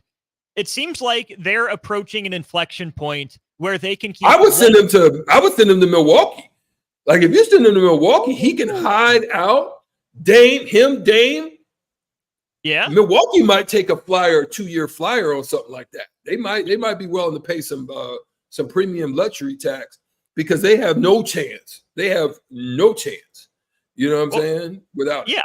Well, and you've played in Milwaukee, it's not a free agent, destination necessarily. Had to trade for Dame. They get Brook Lopez on the low and really helped revitalize his career. But it makes me think that they'd have to give Brook Lopez up, right? And that probably moves Giannis to the 5. But he's played primarily the 4. That Milwaukee has been built around, playing Brook Lopez outside and giving Giannis room to work inside. It actually doesn't work. I don't think it works because they just don't have enough to keep it and to make it happen. Like especially in the front court, they don't have enough front court depth. I love Bobby Portis. I think he's good. You could probably pay small. You could play small, but I don't like it because you're if you had a premium LeBron with 6'8" at the 3, 6'9", 10 Giannis and Bobby Portis I'm talking about an active LeBron James, then maybe so. But without that, nah. I mean, I'm just spitballing, but I don't think it works. I don't think it fits as well as I don't think Cleveland works or fits. But I do think Philly has a shot at it. And they got cap room too. They got money. Tobias Harris off the books. That's a big thing for them. One last thing for this segment, Strick. We haven't talked about, really what it would mean for the Lakers if LeBron stays. Oh, wait. One last point before you ask that question. There's no way he would like Milwaukee. like when you've been in LA, that was the last point I wanted to make. When you've been in LA and you've been in Miami, there's no way in your mind, regardless of what you're chasing, you're going to Milwaukee. I just wanted to make that. Not that Milwaukee's a bad city. I enjoyed it while I was there. I'm just saying for somebody that's chasing what he's chasing, so forth and so on, there's just no way he goes to Milwaukee. I don't think. No, I'm with you. I think the numbers would have to, it's going to be tough to make the numbers work. The fit would be wonky. Milwaukee would be wonky. But back in LA for a sec here, Strick, to wrap up the segment. JJ Redick's primary competition for head coach of the Lakers has been James Borrego, who's gotten a head coaching job before. And he knew Anthony Davis back when Davis was in New Orleans, right before his rookie season, before Borrego left. The Lakers and Rich Paul, according to an article that I've read from The Athletic, the Lakers and Rich Paul have acknowledged that the Lakers should make this head coaching hire with Anthony Davis in mind more than LeBron James. A two-part question. Number one, is that the right mindset, right? Prepare more for life with LeBron James or prepare more for life without LeBron James is the first question. Second question is Anthony Davis the guy that you feel confident building a team around? This is a double entendre. If you're a music mogul or something, you would understand that there's some dual meanings that are existing in this, right? One, you throw the investigators, the dogs, you throw all the people off the trail by throwing Scooby snacks out and saying, make it reference to Anthony Davis. Okay, double entendre because Anthony Davis does have a relationship. If it becomes Borrego, you know a lot of it was the reason because of that. But even if it's not Borrego, you don't want it to be the reason as to why it was you. So everybody knows if it's Borrego, they have a relationship. They've been garnering a relationship over time. So in your mind's eye, you would say, well, this is now Anthony Davis's team. If it's JJ Redick, everyone and their mama would know it was LeBron, but they're trying to throw you off the Scooby snacks and throw you off the trail because everybody knows that he's been le GM for all these crazy debacles that have cost teams years and years of opportunities to bounce back, right? So he doesn't want that smoke. He don't want anything. He don't want nothing associated with him as far as the coaching changes or him being involved or him. But everybody and their mama's going to know if JJ Redick becomes that, it's because of him. And even if Borrego becomes, he's going to have an impactful voice as to who that coach is. But you should decide on who's going to be your main go-to guy. And as of late, to be honest to me, I mean, I feel bad for Anthony Davis. I don't think he's been getting the credit that he deserves. And this is why Kyrie felt the way that he felt when he was in Cleveland. Because if it wasn't for Kyrie, there probably is no championship up in with some of the big shot making he had. And then he goes and wins the in-service turn. He don't get no credit. He don't get no MVPs. He don't get nothing for the work that he's done. And I can understand why he feels the way he feels. For sure. You guys have a lot of questions on the text line. Don't go anywhere. We'll answer some of your NBA questions, get into a little bit of Celtics Mavs today before we really dive in as the finals tip off tomorrow. Erick Strickland, Austin Norman, this is On the Block on 93.7 The Ticket. Hey, Nebraska! Register today for the 40th annual Cornhusker State Games, taking place July 11th through the 21st in Lincoln, Omaha, and other Nebraska communities. The Cornhusker State Games features 70 sports for athletes of all ages and abilities.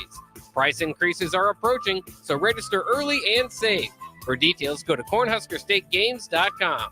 If you've experienced a sports injury, joint or back pain, trust your care to Nebraska Orthopedic Center, a proud platinum partner of the Cornhusker State Games. Tune in to the Teammates Mentoring Hour each Wednesday from 6 to 7 p.m. on 93.7 The Ticket. Hear stories from the program started by Tom and Nancy Osborne and how it's changed mentors and mentees' lives and how you can be involved. The Teammates Mentoring Hour, Wednesday nights from 6 to 7 o'clock on 93.7 The Ticket and theticketfm.com. Tune in every Wednesday night from 9 to 10 p.m. for the Malone Radio Show on 93.7 The Ticket and theticketfm.com. Don't miss the opportunity to learn about the Malone Community Center's goal to eliminate multi-generational poverty in Lincoln and the surrounding area. It's the Malone Radio Show with Executive Director John Goodwin and Sports Director Mike Hunter every Wednesday night from 9 to 10 p.m. on 93.7 The Ticket and theticketfm.com. A team succeeds when they work together. Banking's no different. At UBT, we're in your corner for every financial move you want to make. Your money's backed by a roster of experts who put in the work to know you and your community. So whether you're opening a savings account, buying a home, or planning your future, you always know who to turn to. Working together toward your financial goals. That's a win in our playbook. Union Bank and Trust. Equal housing lender, member FDIC. At Doane University, we build leaders. And that means your success and achievements come first. At Doane University, your future is uniquely yours. And our world-class liberal arts education is just the beginning. We invite you to schedule your campus visit and experience why Doane University will start you on your journey to your future career. Learn more by scheduling your personal campus visit today at doane.edu/visit. See you soon. Hey there, fellas. It's your girl Jordan with Sartor Heyman Jewelry. Let's talk about versatility today. Unlike flowers that wither and die or chocolates that disappear in a heartbeat, jewelry is the solid move here, guys. Yes, she will cherish it, but more important than anything, she will brag about it and brag about you. And that's what it's all about. Until next time, this is Jordan at Sartor Heyman Jewelry. Happy shopping, guys.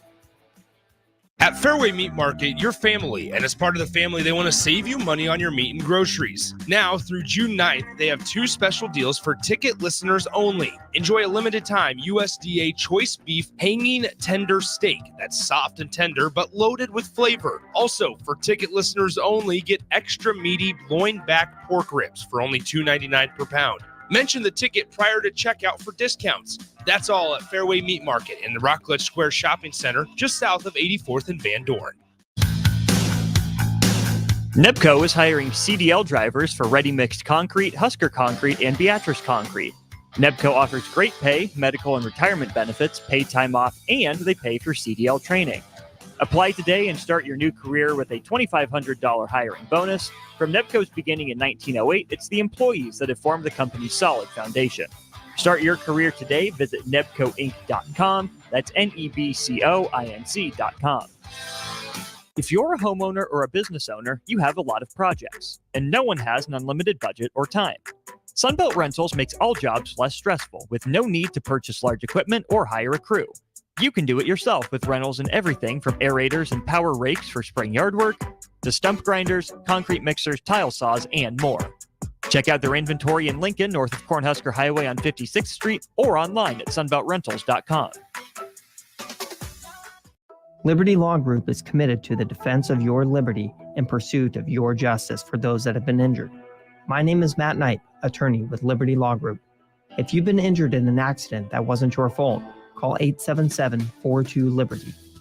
Our relentless trial attorneys are committed to the highest quality legal representation. At Liberty Law Group, we will fight for you. Call 877-42-LIBERTY. Once again, that's 877-42-LIBERTY. For over 15 years, Integrated Life Choices has empowered individuals with disabilities in Lincoln and throughout Nebraska. They provide comprehensive services from group homes and independent living services to job training, ensuring fulfilling lives for those that they serve. Now, they're inviting you to join their mission. If you're passionate about making a difference in the lives of people with developmental disabilities, explore rewarding career opportunities with them. Learn more about their services and apply today at www.ilc.net. Be a part of Integrated Life Choices, where your work truly changes lives. Now back to On the Block with Strick and Austin on 93.7 The Ticket and theticketfm.com. Talking some more NBA here during On the Block. Off Norman and the 9-year NBA vet Erick Strickland with you. We go to the text line here, brought to you by Starter Heyman Jewelers, 402-464-5685. Stricky 0099 asks, what's a good landing spot for Klay Thompson in the offseason? That's why he's not a blockhead. Or she. That's why you're not a blockhead. Because we've kind of talked about this before. Maybe he's a new blockhead. Welcome if you are a new blockhead. Welcome. So let's jump back into it. We talked about this. There's a few places that I think we thought would be a valuable place to him for the reason of what he does. I don't know if that might have changed though, because of what has just transpired. One of those locations was Dallas. Thinking Dallas was a tremendous location for Klay because he doesn't have to handle. Look, Klay is still capable of defending, just not at the high level, the premium level that he did before. But in Dallas, you don't have to be at premium because you got Lively, you got Gafford, you got guys back there, because we know that PJ Washington is not an elite defender, but guess what PJ Washington does? Klay Thompson does it, I think, better than PJ Washington. Not because PJ's younger, or PJ's a stroker now. He's got a burner on him. He still don't have one. I think the deficiency of Klay Thompson came not because of injury.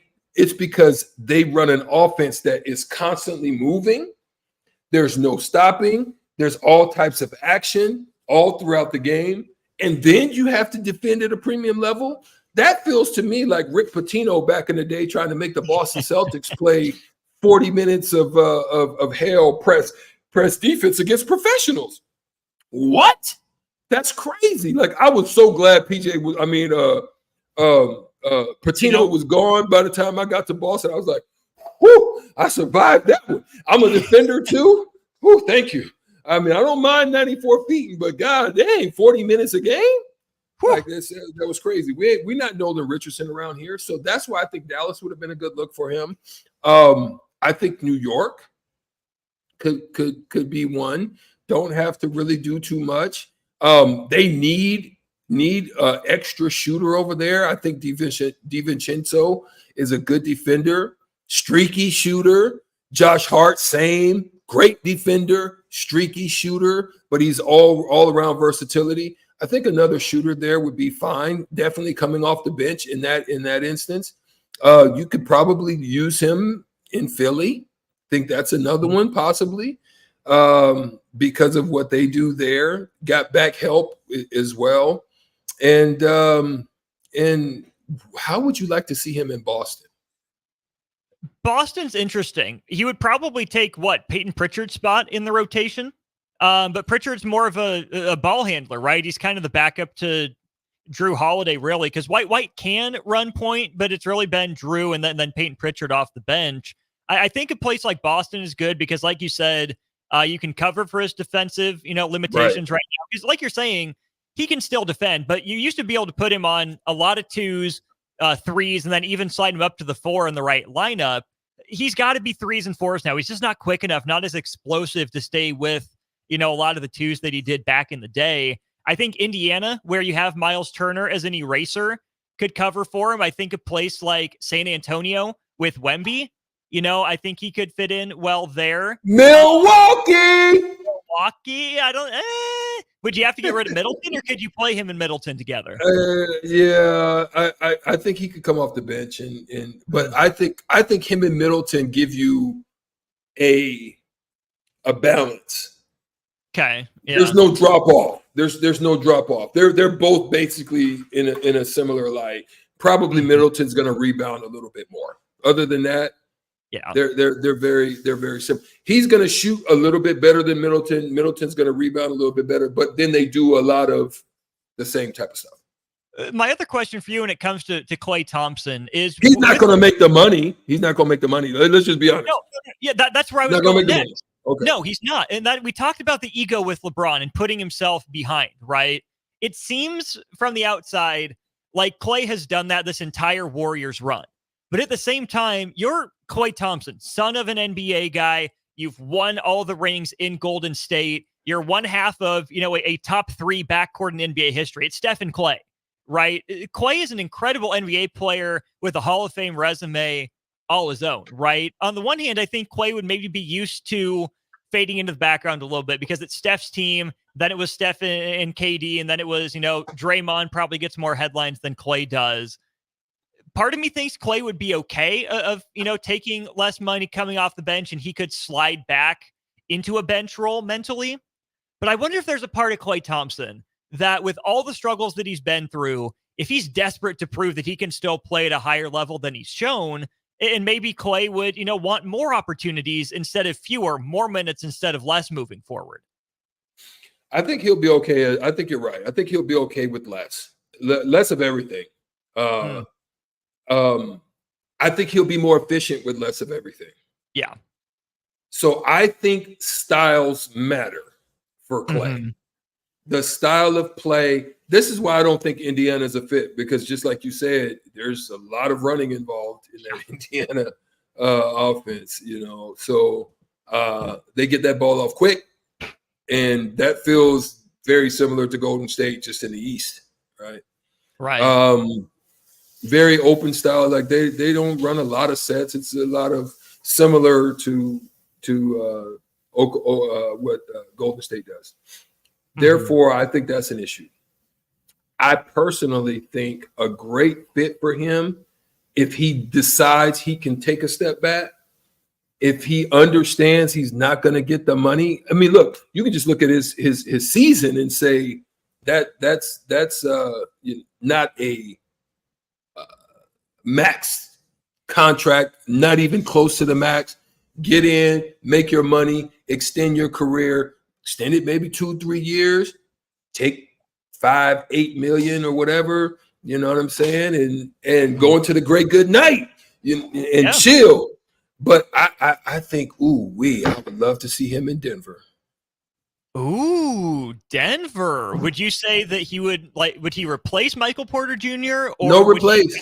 Bench? Okay. No replace. Love to see him. A shot maker with Jokic passing, Jamal Murray. Yes, sir. Okay. Casey, I love Casey. He's more let Casey Caldwell Pope. Mm-hmm. Yeah. Contavious Caldwell Pope. Let him be the defensive function of that. Shot make capable, but then let depending on matchups, depending on some days you might get more, some days you won't. Just depends on but some days you're gonna stay in that corner and just bang away, baby. Couple other options. Right. A couple other options out west. Let's take the top 2 teams in the West then. Oklahoma City and Minnesota, the other 2 teams there. Does Klay fit on either one of those rosters? I think the way Minnesota's set up right now, I don't know. I like what they got going on. They're just young. They're just inexperienced. I like what they're going on. A veteran presence could be fine. I just don't see as many minutes in Minnesota than I would anywhere else. But what if Conley leaves and you want another vet? Is Klay the guy, or do you want more of a ball handler behind Ant? You still need a ball handler because you don't want to wear Ant out doing those duties. So you're still gonna need a lead guard there. Who that is, still yet to be seen. But here's the thing: you could probably get 2 of them. You could probably get a 2-for-1 because Conley, if Conley doesn't stay, he's an old wily vet now. They probably not going to keep him just because he wasn't able to be a significant difference in their run. They're going to probably want to add somebody at that position that can give him something. Like if he was healthy, A person, if I was Minnesota, who I would go after Caruso. Okay, yeah. If he was healthy, if he was healthy, adding Caruso at that lead guard with defensive capabilities and his lead guard abilities, if he's healthy, I would attack Caruso if I'm in Minnesota. What about this? What if you can pull off a sign and trade with Oklahoma City? Give up a couple of your lower level prospects if you're OKC, get a 2-year deal with Clay, because SGA, Shai Gilgeous-Alexander, his contract runs through 25-26. Chet Holmgren will just be coming up for a rookie extension. So you can afford to maybe pay Clay a little bit, get a veteran presence. You have a lot of, long defenders on that team. That way you can clear up a little bit of your bench, right? Get rid of a couple lower end guys that the Warriors will want to take a flyer on. Nobody key from your rotation. What about Clay and OKC on a sign and trade? No problem with me, my boy. Hey, listen, no problem for me. A two-year flyer. I would go 2 year, 1 year with team option, and I'd give him some money. To make it interesting for that. So Clay, listen, you didn't give me what I'm used to seeing in Klay Thompson, but I'm going to give you a little bit of money, but I'm going to only give you 1 year to show me. I need you to show me that what I'm seeing you could be for us is what I'm hoping you do provide to us. And if you do, we'll give you the second year at a little bit more money. Right. You can get that off before Holmgren comes up for an extension and before Jalen Williams comes up for an extension. I think that the Thunder have some interesting lessons to learn too, Strick, because clearly Shai Gilgeous-Alexander is the guy. But the last time OKC had, a big three, you could even, say a big four, they let it walk, right? They kept Russell Westbrook around, but Harden was the first to leave, Ibaka dips, and then Durant dips. I'm curious to see if Oklahoma City in the next, 2-3 years repeats that course of action, or if they've learned and they actually try to keep, Chet Holmgren around longer to pair with Shai Gilgeous-Alexander, or if Chet's injury prone, is Jalen Williams the guy they keep around? How Oklahoma City navigates these next few years to try to stay on top of the West, I'm going to be really curious to see what happens down there. You hope they do. That's the best. That's the best thing you can hope. I mean, they're such a young team. The organization has rebounded. They have. It's like having a bunch of ping pong balls in the draft, and your number and your percentage goes up drastically. And I think they have that. They have everything. Like if they miss this, Austin, and they fall flat on their face, then they might as well move out of OKC, because it's like coming back to Seattle. The place is cursed. I mean, the place is. There's something going on. There's something in the water there. If that's the case, you know what I'm saying? Because it just doesn't. It wouldn't make no sense for everything that they got going on. They've got it all in view. They can layer it. There's so many ways they can go about it. And even if they miss on something, they can make up for it in another area.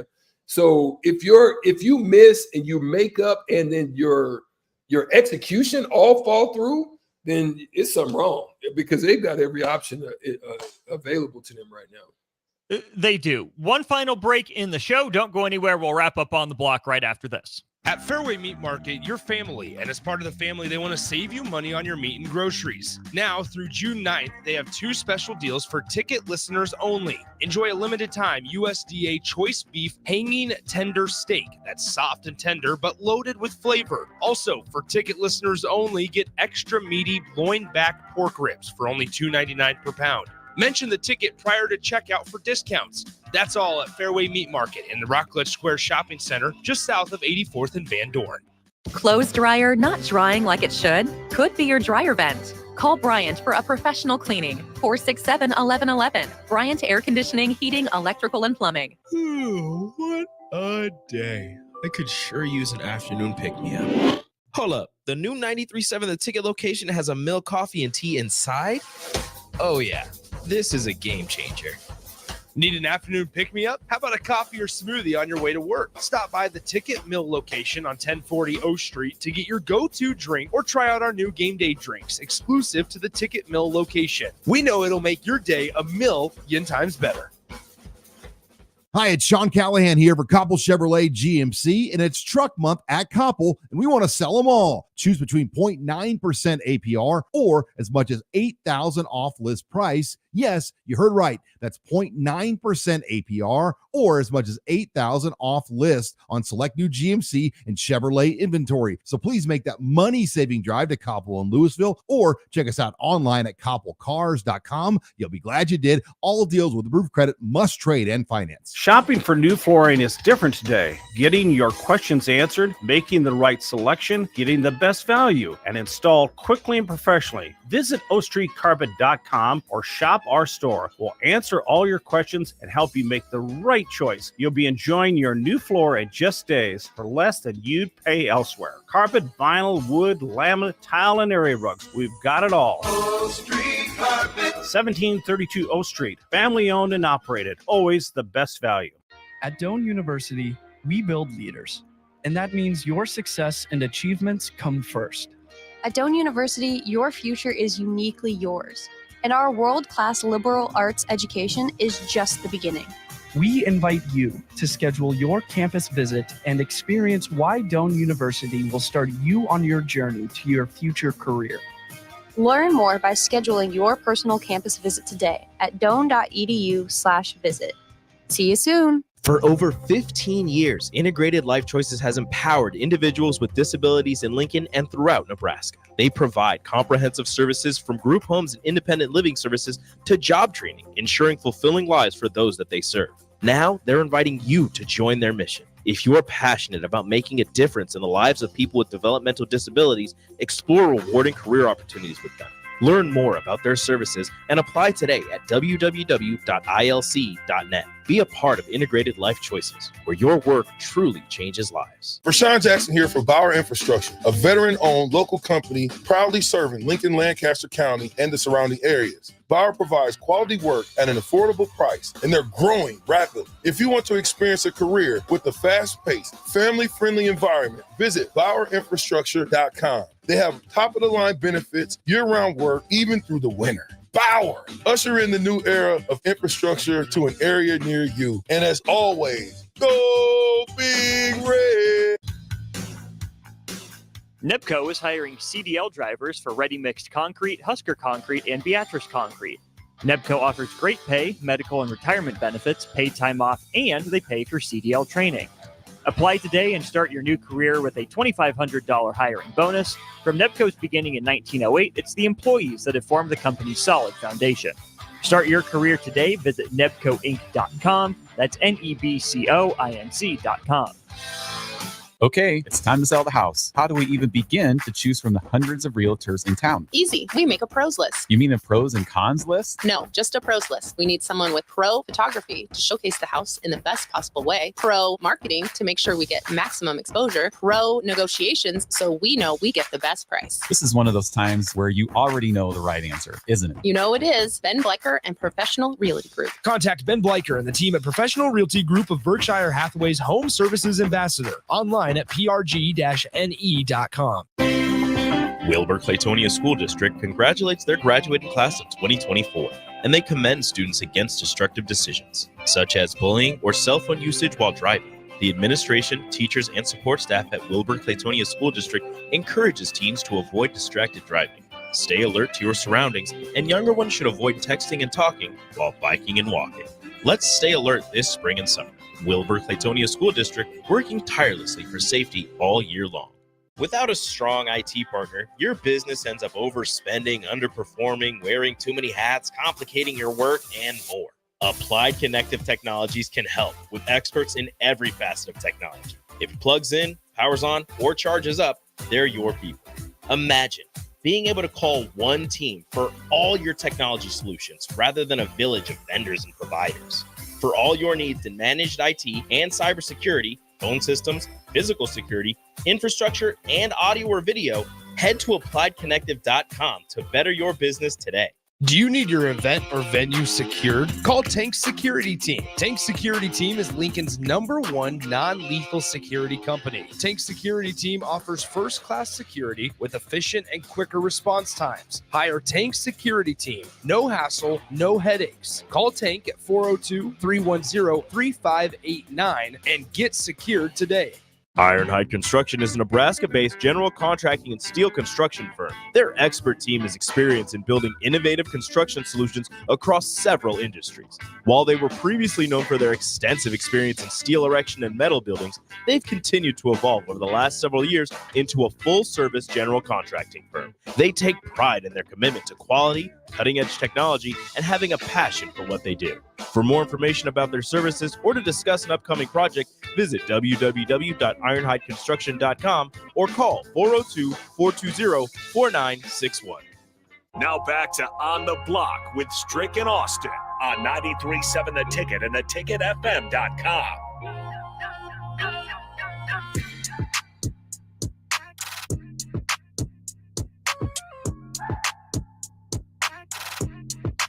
Yeah. Hey, you need one of them It's On the TikToks. Block. Yeah. Look who's joined me. Welcome in, gentlemen. Yeah. Pretty soon, also going to have one of them African medallions back in the day. You know how they do? You see the trend on social media. Yeah. Me before black, me after black. Yeah. That's Austin. Austin. Did I make it? No, Austin. Hey, am I in? It's Austin before old school, Austin after old. Yes, sir. Me before the ticket, me after the ticket. Do it big. This is it. I will say, I told Strick this. Like, I've never had a haircut last an hour. I got not just one, but two hot towels. I got a cold towel. Someone else shaved my face for the first time ever. Like, with the razor? Yeah, with the razor. Yeah. Like, You got I feel like I trust did too. something right today. You did a good job. He feel You did a good job. Katie, important shout today. out. He feel important today. Yeah. Oh, that's listen. That swag gonna be on 1,000 when he walk into the crib. Right. He Wifey's gonna go, wait a minute. No.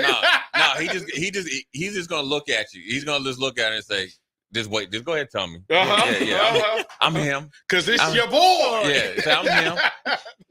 Big A. I'm not Austin. I'm him. Ayo today. Lost him. Yes, sir. I do want to shout out the great people at Scissors and Scotch. I was going to get this done tomorrow after On the Block, but Nick got it worked out for me today just to go in, get it done, did a little promo shoot with them over there a little bit. Yeah, so let us appreciate know. them getting done ahead of time. And There it is. like I said, And we're there tomorrow. We're gonna turn up in there. 2 to 6. Yeah. On the Block will be there. Y'all will be there for Old School 30th and Yankee Hill. By who? By the Mercado, certified across the street. Piedmontese, special ingredients, butcher shop, 84th and Havelock, 30th and Yankee Hill. If you're up there in the 168th and Maple, in the building. But most importantly, in the building right now. Oh man, Sofa Casino. DP mentioned that it was a sampler that Chubbs brought in. So I did just that. I took a little bit of everything. My plate has the wing on it, the sausage on it, has the pulled pork, the brisket, the beans, the mac and cheese, and the green beans. Jay Foreman, what's on your plate? I got the chicken, and I got the pork and the swine because it just looks magically delicious. I got the green beans and I got the baked beans. I told no mac and cheese for me. Yeah, Harrison. I told Harrison, man, make your move, bro. Like get it while you can get it. You know, Manny came through, so there we go. Hitting him in the mouth. That's what we say, Austin. Oh, is that what we say now, or is that something you say? Am I allowed to say it now? Yeah, you can say it, man. This is. Yep. I don't know how many times Chubbs has brought in food now. It's enough. He's generous. I appreciate him every time he does it, and the man has not missed yet. No, he shoots and scores. Yeah, he shoots and scores, and this will be a weekly thing. Hello. So he's Steph Curry turnaround 3. Yeah, like he'll leave it hanging. Let him know I got all of that one. Right, bat flip, whatever you want to call it. Yes, sir. Let's pause 10 quick seconds for station ID to let me get this bite down on 93.7 The Ticket. Let's talk on the FM dial. Also online at theticketfm.com. On the internet. KNTK FM Firth, 93.7 The Ticket. All right, the topic Strick and I were talking about, we can spend just a few minutes on it here before Old School. JJ Redick, the front runner to be the head coach of the Los Angeles Lakers. DP, we'll start with you. Your reaction to JJ Redick emerging as the front runner? I tend to look at coaching moves as from the nosy neighbor perspective, that I won't be emotionally moved by it one way or the other, but I am curious about what y'all doing. Like when you see uncomfortable, unnatural movement, what y'all doing? Like your neighbor, you know their schedule, you know the cars, you know the normal people that show up, but then you see like a long black limo and a dude get out with a real mink coat in June. What y'all doing? Like I'm unaffected, but I'm really curious. Like, yeah, it's curious. It's interesting, curious, but I'm not surprised because the Lakers, it's an easy sell for them internally because the candidates aren't very good as far as like out there in the world, like the normal guys, the assistant coaches that their names have been floated. They're not sexy. Right, Atkinson, Borrego. Yeah, they're not sexy. They're not. You've already kind of did it with Darvin Ham, and you know it's a hard job. It's like coaching the Cowboys, but I think also with JJ Redick, you could say, okay, well, Steve Kerr had the same path. Jason Kidd, Derek Fisher, right? Well, but Doc Rivers wasn't a coach, right? But JJ Redick is coming essentially from the booth, to the sidelines. You know, I think the biggest thing with JJ Redick is just going to be the nuances of being a head coach. I mean, he knows the game. He's played the game. He knows it from college. He understands the pressure. So he's seen the game evolve. He has the ultimate equalizer in LeBron and obviously AD. I think the biggest deterrent or the biggest situation for him is Rob Pelinka. Will he have? Because you got to think when Steve Kerr took over, you know, the Warriors, Mark Jackson did all the legwork there. And he had to find a role for Draymond. He had to find a role and really fall in love with Steph. He had to free up Clay. He had to, you know, really be the landing spot for cast-offs like Livingston, make a, you know, kind of under the radar great trade for Andre Iguodala. Maurice Spates. All that stuff, right? And so when Steve Kerr took over, they had a start that maybe the Lakers don't have, and because of Myers and his ability to identify talent, there was continuity from the ownership, the guy making the decision, and Steve Kerr on what type of player and what they wanted to be, and they all fell in love with it, and they all were going in the same direction. Rob Pelinka and some of his moves just don't make sense. It's almost like he's playing dynasty mode on NBA 2K. You know, with the Westbrook the trade. Now you can't get guys, and it's hard to, you know, some guys want to, you know, like KD realistically, if you really wanted to do it, you probably should have thought about coming to LA or, you know, the Lakers. Same with Kawhi. You playing the same amount. You want to come back home anyways. Right. So I think it's really, I'm not surprised you heard about it. You know, him and LeBron do a podcast, but I think it's more or less that he's people, LeBron has an influence, but LeBron won't play long enough for that to be the real answer. That's the easy part. That's the easy part. That's the easy answer. LeBron hasn't actually publicly come out and backed JJ Redick. There seems to be that kind of tacit approval of the move, given the podcast and their rapport.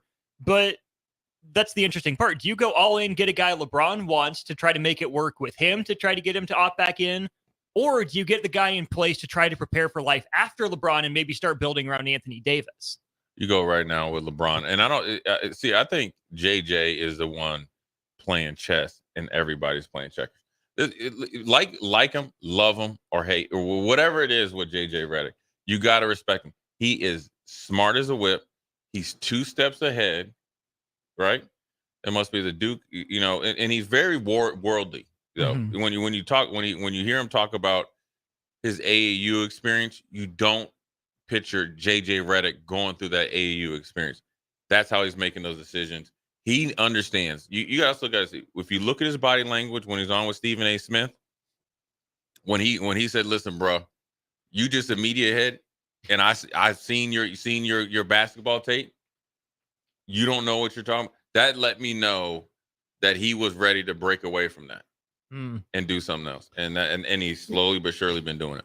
What's the psychology behind JJ Redick going to the bench and having to it's probably not enough to just have LeBron respect you as a former player. The management side of it is where, look, X and O, JJ is going to X and O with anybody. But the persona and the attitude, the swagger, sometimes goes against you. Yeah, I'm not sure that young cats are going to buy into JJ Redick the way JJ think they're going to buy into JJ Redick. And that's what a couple articles I was reading was saying, was that the Lakers would have a bunch of veteran assistants in place. One of those guys that's been thrown out a lot, Sam Cassell, your boy. Sammy. Big cojones. I think he'll put together a good staff. Also, a sneaky little tidbit, because everybody's going to focus on LeBron. And I always say that's the easy answer. LeBron picked him. Okay, LeBron. He's the best player in the world, or one of the best, right? He's the best player on your team. Okay, he's one of the top 6 guys in the NBA. So you got to ask him. His Redick's relationship and past playing experience with AD is more important. He can push buttons. They already have been through wars together his time in New Orleans. He knows what time it is. That's more important than LeBron, because AD is on the clock. He might be there next year. You might be out of a job 2 years from now. I just hear JJ talking about his energy management as a player, and that was a key to his success, was that he knew when to shut it down, when to fire it up. But as the guy, and JJ's not been the guy in the NBA. He's not been the guy. Never had to. No. So that means that LeBron stays the guy, because he'll be he'll be the thermostat in the room. Right. And JJ has to read the room, which I'm not sure that it plays for you to say, I already know that from an energy standpoint, there are times when I just hit the pedal and there's no gas. That's a problem in Los Angeles. If this was Indiana, JJ played in Los Angeles. If this was Indiana, okay, you know what? You're in the middle of the country. It's not. But the media market and the hub that is Los Angeles and the Lakers, plus with the alumni who all know more than JJ does. Right. Every single one of them know more than JJ. They will tell him. They will go on air. They will be swooping around. Imagine JJ hub to practice and Magic walking in. What you gonna say? What you gonna say? I'll push back on that. See, Magic has experience with that with Pat Riley. He the hard work for Magic, Big Game James, Coop, and all them. Your actions are going to be more important, the most important. You can't match with. There's not a coach. Maybe Popovich is probably the only one that can match wits with those greats. So now what you have to do is assemble a staff. That's what Steve Kerr did. He assembled a phenomenal staff. That's what Popovich did. That's what every great staff does, or every regardless great team. of sport. Right. You have a great staff. So his biggest thing is he's got to have complete control on who he hires. Now, how they go about drafting, that's what's going to be the most important. Who's going to work? Who's going to work? What top level elite assistant coach is going to leave their situation and circumstance and go to work under JJ Redick? See, I don't think they'll do that. JJ will be the head coach, but it'll like with Steve Kerr, he will allow you to be you. People always ask about Tom Osborne. Coach McBride never felt like he was working under Tom. He was working with him. Yes, T.O. is the head coach. He's the guy that, when you say Tom, Coach Osborne, head coach. JJ Redick, head coach. Yes, Sam Cassell could go there, but he's going to be able to do his thing in order to reach different heights. It's like with Jason Kidd there. It's a big personality when he was assistant coach, but you got to get in where you fit in to get where you want to go. I don't view JJ Redick as coming in with an ego like that. I just see, and again, I'm kind of looking over the fence like, okay, what y'all doing? But to me, it's, wait a minute, chosen one. We've heard what happens with chosen ones at the top level. If there is no natural chaos, people will make chaos. Yeah. The question is where the chaos is and that's gonna where it's been their Achilles heel, because the guy that's really created the most chaos is you haven't seen him in front of the camera, and that's Rob Pelinka, and that's Kurt Rambis and Kurt Rambis' wife and all these other people. That's the biggest deterrent, or that's going to be the biggest, caveat to the situation. That's DP and J to my left. They're up next with Old School. Don't forget, 2 to 6 tomorrow, including on the block from 2 to 4. Right at Scissors and Scott's 30th and Yankee Hill. Don't go anywhere. We got Old School coming your way next here on 93.7 The Ticket and theticketfm.com.